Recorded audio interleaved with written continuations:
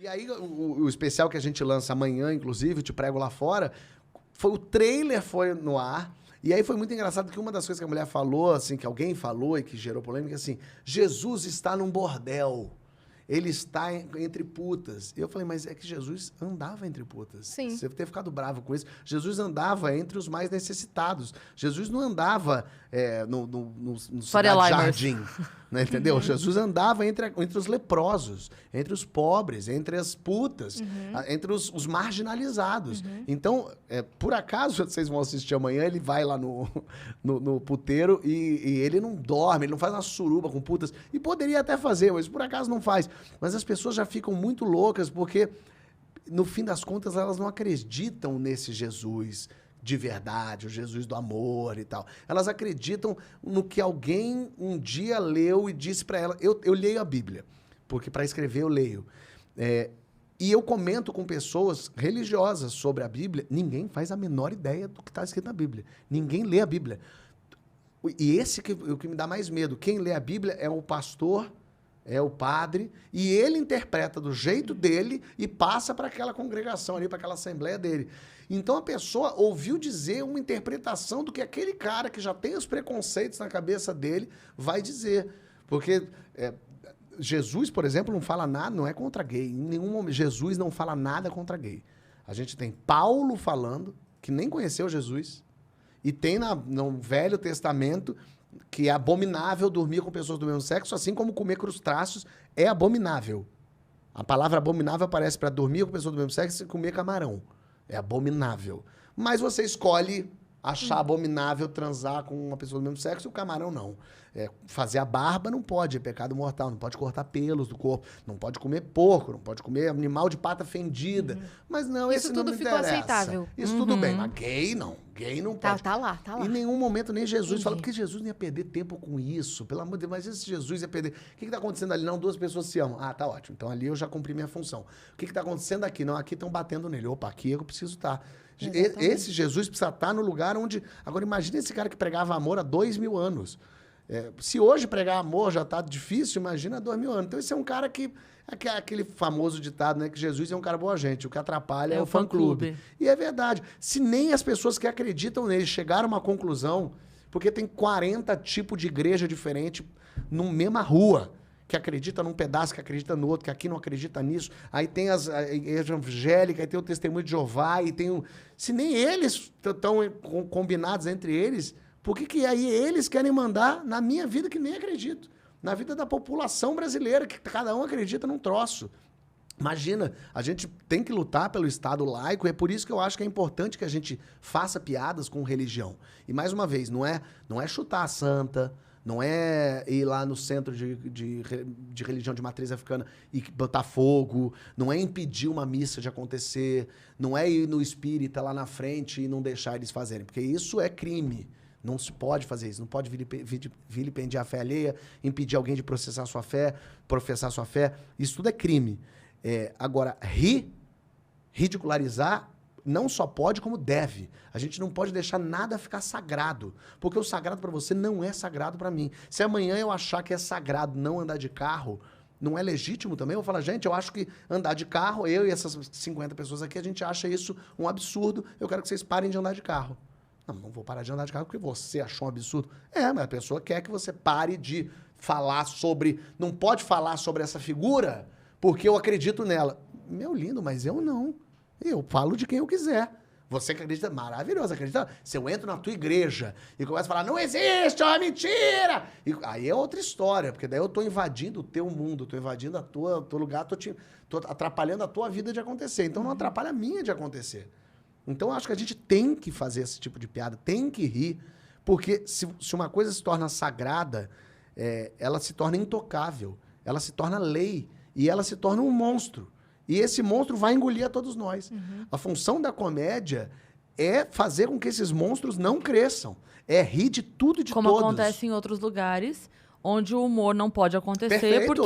porque a religião tomou posse do país... E dominou o país. A gente tá falando... Exatamente. Né? Quando a pessoa fala pra mim, por que você não faz piada com o muçulmano? Ao invés de você querer desejar minha morte, porque existem extremistas muçulmanos, porque não são os muçulmanos, né? São os extremistas muçulmanos. Que um grupo de muçulmanos matam pessoas. Você devia estar falando que loucura que lá não se pode fazer piada. Sim. Não se pode desenhar aquilo ali, porque senão te matam. Você tinha que estar mais do que... acho que é aí que está a luta errada. Ao invés de torcer para mim, para eu morrer, você devia estar preocupado em por que lá não pode fazer piada nenhuma, lá não pode falar. Porque são esses crentes que terceirizam o pecado, né? Como eu não posso bater em você porque meu Deus não deixa, eu quero que você bata no Deus do outro, para um maluco que acredita no Deus do outro, venha cumprir a função. Eu tô quase contratando um matador de aluguel para vir aqui. Daí ele vai te matar e eu fico com a consciência livre. Não, e não no é. mais você já fez piada com muito. muçulmano. A gente fez piada com muçulmano, com evangélico, com católico, com umbanda, com ateu, inclusive, que eu também escrevi. É que ao mesmo tempo, assim, por que você não faz piada com muçulmano? Me conta aí 3 parábolas do Alcorão. A gente ri do que a gente conhece. O Brasil não faz a menor... O Brasil não conhece a Bíblia. Sim. Vai conhecer o Alcorão. Só os estereótipos do mundo árabe. Só conhece isso. E mesmo assim, não conhece uma passagem do Alcorão. Não sabe o que tá ali. Então, pra que eu vou falar? Mas muito corajoso você... Não, eu não quero ser corajoso. Eu quero ser engraçado. É quando você jogou uma bomba em mim, você me transformou num corajoso. Não era pra eu ser um corajoso. Era pra você fazer piada da 5ª série. A escola do Jesus, do especial de Natal que estreia amanhã, chama Escola Eva e Adão. Porque é uma piada da 5ª série. Eu queria fazer essa piada. A piada imbecil. E você sabe que é curioso, porque eu sou cristã, não frequento igreja, mas sou cristã, fui criada na igreja católica e sou cristã, assim. Mas é muito engraçado porque, às vezes, por exemplo, sabendo que você vem, aí já vem as mensagens, né? Você não vai questionar ele lá e tal. E eu tenho uma postura muito assim que, como humorista, eu só posso acreditar que o humor ele é diretamente ligado à inteligência. Então, eu só posso acreditar num Deus que tenha bom humor. Com certeza. Se eu acredito em Deus, como acredito, e se eu acho que ele é tão inteligente, eu acho você inteligente. E você tem um humor incrível. Eu acho alguns humoristas inteligentíssimos que têm um humor incrível. Como é que eu posso duvidar da inteligência? Entende? Eu, como cristã, estaria menosprezando a inteligência do meu Deus, que eu acho que é tão soberano, como eu acredito que é, se eu acreditasse que ele para o tempo dele. Entende? Eu digo assim, cara, eu só posso acreditar num Deus que tenha bom humor. Mas sabe o que acontece? É porque a vida é horrível. A vida é muito dura, a vida é muito difícil. A gente vai morrer. A vida é muito injusta, com a maioria esmagadora da população mundial. Então, quando a pessoa escolhe acreditar em alguma coisa, ela está querendo uma justiça de alguma forma. Depois do medo da morte, eu acho que o maior medo do ser humano é da injustiça. De um crime ficar sem solução, de me roubarem, de, trabalhei tanto para isso, me tiraram, olha que coisa injusta. Então, o nosso medo é de injustiça. Como a vida é horrível, como eu tô aqui, eu tô direitinho, poxa, eu tô trabalhando, eu não fiz nada de errado, mas eu tô com uma vida merda aqui, eu não consigo ser feliz, acontecem coisas horríveis com a minha família, desde preconceitos, até assim, assassinaram alguém, atropelaram alguém. E quando me prometem que não, mas quando a gente morrer, a gente vai para o lugar onde todo mundo é igual, onde vai ser bom para todo mundo, é um alívio, é um conforto do tipo... Tudo bem, a vida difícil que eu tô tendo aqui, que todo mundo que eu gosto tá tendo aqui, porque em algum lugar vai dar certo. E aí essa pessoa que então se apega nisso para poder sobreviver, ver uma outra pessoa rindo disso, ela tá falando, caramba, você tá rindo da minha única esperança. Só que o que eu acho é que essa esperança, quando ela começou a lucrar dinheiro com as pessoas, ela se transformou já numa outra coisa. Ela não é mais uma esperança de uma vida melhor. Porque não é possível que você acredite que... Quer dizer, é possível que existe, mas assim, se a gente parar para pensar, mesmo que você possa acreditar em qualquer energia, o que quer que seja, não é possível que você acredite que existe o feijão contra céu, a Covid. Não existe um céu onde as pessoas que morreram estão vivendo lá, conversando, e aí tem um lugar de bondades, aí você morre, chega lá e você encontra as pessoas. Isso é um negócio que é onde a gente alcança, é onde o ser humano alcança. A religião foi escrita e feita por humanos, para os humanos alcançarem. Você acha mesmo que o cara é Deus? A força, ela é Deus. Ele é onisciente, onipresente, onipotente. E aí ele... do barro fez o homem. Por que esse troço, que é a coisa mais potente do multiverso, pegou o barro e fez o homem? É porque é assim que a gente entende, é assim que o ser humano naquela época entendia. Então a gente veio daqui, porque a gente quer explicações. Por que chove? Não choveu porque você foi mal e aí Deus mandou a chuva. É mesmo, então eu preciso ser bom. Eu preciso... Só que eu acho esse tipo de moralidade que vai se criando, esse tipo de conforto, ele sai pela culatra. Porque a partir do momento que a gente fica confiando num ser supremo que vai tornar tudo bom, que um dia vai tornar tudo justo, a gente lava as mãos. Porque eu não preciso mais fazer minha parte, porque Deus vai fazer. Porque não é exatamente que o povo brasileiro está seguindo as normas de Deus tal qual e todo bonitinho e chateado com o que não tá. Tá todo mundo cagando tudo, tá todo mundo fazendo tudo errado, tá todo mundo se fudendo. Porque a gente pensa com o estômago, a gente pensa com o fígado, a gente é humano, a gente tá na merda, a gente precisa dar os pulos, as pessoas fazem coisas erradas o tempo todo. Então, no momento em que a gente pensa assim, mas vai ter alguém que vai corrigir isso tudo, eu me livro de não precisar eu fazer. E a minha fé está no ser humano. A minha fé está nas pessoas. Gente, não, esquece Deus. Esquece que depois da vida vai ter alguma coisa. Pensa que essa é a sua única vida. Você só vai viver esse tempo. Então, vamos tentar transformar esse tempo no melhor tempo possível. Porque senão... Então, assim, não tenta fazer o bem porque depois... Não, tenta fazer as coisas boas darem certo aqui, porque... Depois daqui não tem mais nada. É só isso que a gente tem. Então, a sensação... É nisso que você acredita? É nisso que eu acredito. Eu não acredito em nada, eu sou ateu. O que eu sinto é que a gente está evoluindo, a humanidade vai evoluindo aos trancos e barrancos, cada um do seu jeito, e a gente precisa se responsabilizar pelos atos. A gente precisa entender que não pode botar fogo na Amazônia. Porque, mas aí o cara lá quer... Mas precisa ter uma coordenação, porque isso interfere no mundo inteiro. Mas é uma coisa ainda... nova pra gente a ideia de que uma pessoa na China ficou gripada e parou o mundo.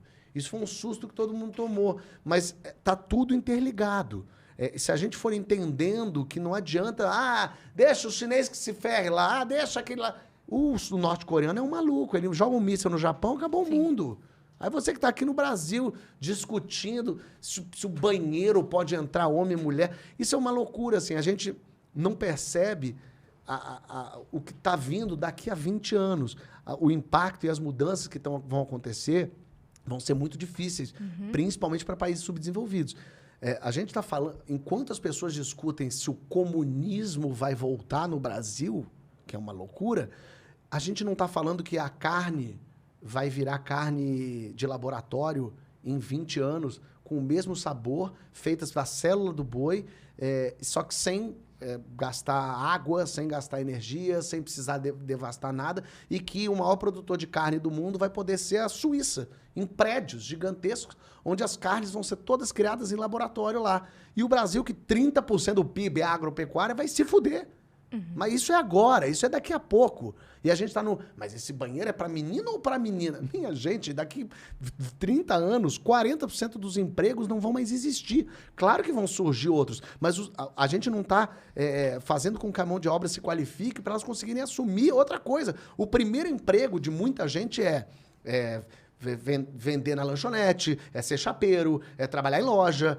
Isso vai acabar. Não tem mais nada disso. Não vai ter mais nada disso. E as pessoas... Isso não é assim, em 2500. Não, eu tô falando de 2050. Isso já acontece hoje quando você vê tantos cargos sem a pessoa qualificada, porque tem acontecido já hoje, né? Numa parcela muito menor do que você tá falando, mas a gente já vê isso hoje. Às vezes a gente precisa de uma pessoa que faça tal coisa, e aí você roda pra achar alguém que seja competente, que tenha aquela, enfim, aquela qualificação, não acha, com um monte de gente desempregada. Então aí é uma conta que não bate. Não, e vai piorar muito, porque a tecnologia vai tomar conta.